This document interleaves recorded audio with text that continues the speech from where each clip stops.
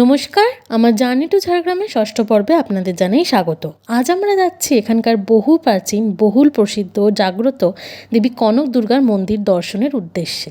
সৌভাগ্যক্রমে ওই মন্দিরেরই বর্তমান প্রধান পুরোহিত মহাশয়, যিনি সম্পর্কে শোভনাদের আত্মীয়, তার সাথে আলাপ হয় এবং ওনার থেকে এই মন্দির প্রতিষ্ঠা সহ আরও বহু তথ্য জানার সুযোগ হয়।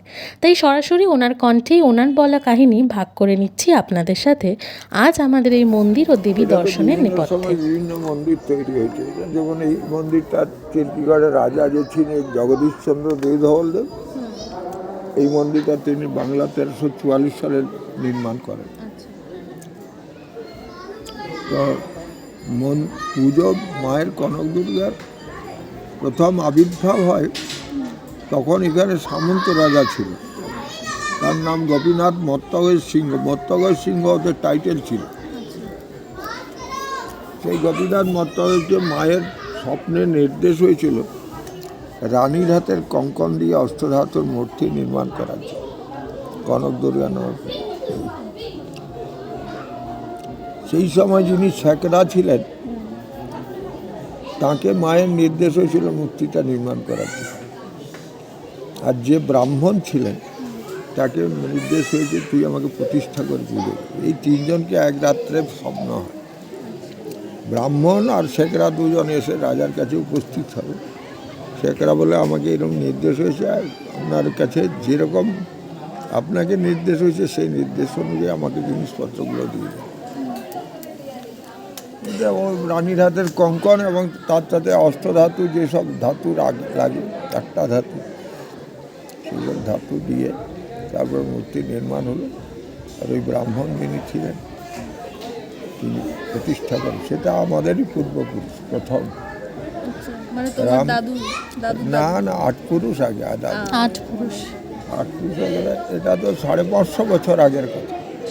550 বছর আগে এটা প্রতিষ্ঠা হয়েছে। 550 বছর। তখন লোকালয় এখানে ছিল না, শুধু জঙ্গলেই ছিল। এই জায়গাটাই কেন মন্দির প্রতিষ্ঠা হলো? এর পিছনে কিছু আছে যে এই জায়গাটা তখন কোথায় করবে, সব তো জঙ্গল। নদীর ধারে ভালো জায়গা দেখে এটা প্রথমের আসল হচ্ছে বিশ্বরূপ ত্রিপাঠী বলে একজন ব্রাহ্মণ এসেছিলেন উড়িষ্যার থেকে।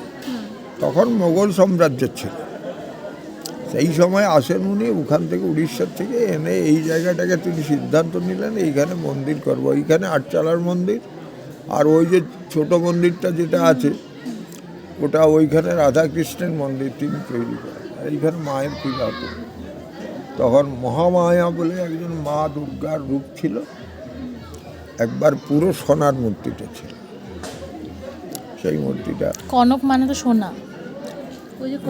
না, এটা আগের ঘটনা, যেটা ব্রাহ্মণ রাজা ছিলেন, ব্রাহ্মণ বলে যায় বিশ্বরূপ ত্রিপাঠী, তিনি ব্রাহ্মণ এবং তার স্বামী স্ত্রী দুজন আসছিলেন, তার ছেলেপুলে কিছু ছিল। তারপরে এইখানে তিনি দেখলেন যে এইখানে থাকতে গেলে তো কিছু লোক দরকার, যারা বাইরের লোকের সাথে, তখন তো ওই বর্গি টর্গি নানা রকম আক্রমণ হতো না, সেই সব আক্রমণ থেকে রক্ষা পাওয়ার জন্যে এখানে ওই সামন্তরা ছিলেন শক্তিশালী, যারা বাইরের মানে শত্রু এবং যারা বাইরের লোক আসবে বর্গি টর্গি ডাকাত ফাকাত এইসবকে, তাদের ক্ষমতা ছিল তাদের সঙ্গে যুদ্ধ করে। সেই জন্যেই তাদের ভিতরে একজন সেনাপতি এবং কিছু সৈন্য নিয়ে এই জায়গাটাকে তিনি সিদ্ধান্ত নিলেন এইখানে। এই পাশে বাড়ি ছিল পাকা বাড়ি, ওই যে লাল বাড়িটা তার সেই বাড়ি, সেইখানে বাড়ি ছিল তার পাকা বাড়ি। তারপরে উনি তো মারা যান স্নান করতে গিয়ে নদীর ঘাটে। উনি মারা যাওয়ার পর রানী ছিলেন, তিনি গিয়ে তাকে এসে খবর দিতে তিনি গেলেন। তিনি যেতে তারপরে রানী তার স্বামীকে কোলে নিয়ে বসলেন একটা গর্তের মধ্যে।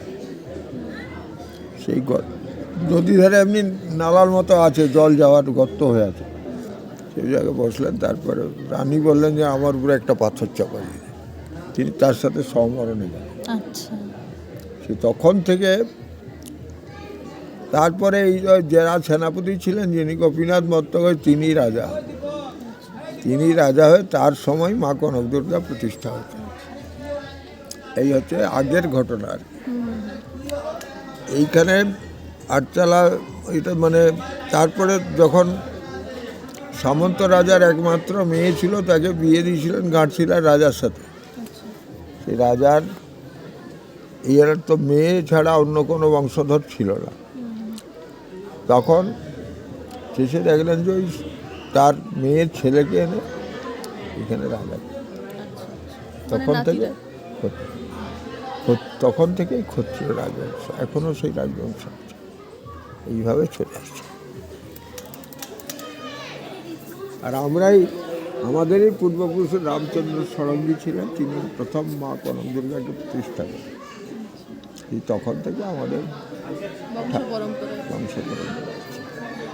আমার ঠাকুর দাদা বাবা এগুলো সব পূজা করছে। তাহলে আজকের মতো এইটুকুই, দেখা হচ্ছে পরবর্তী অন্য একটি ব্লগে।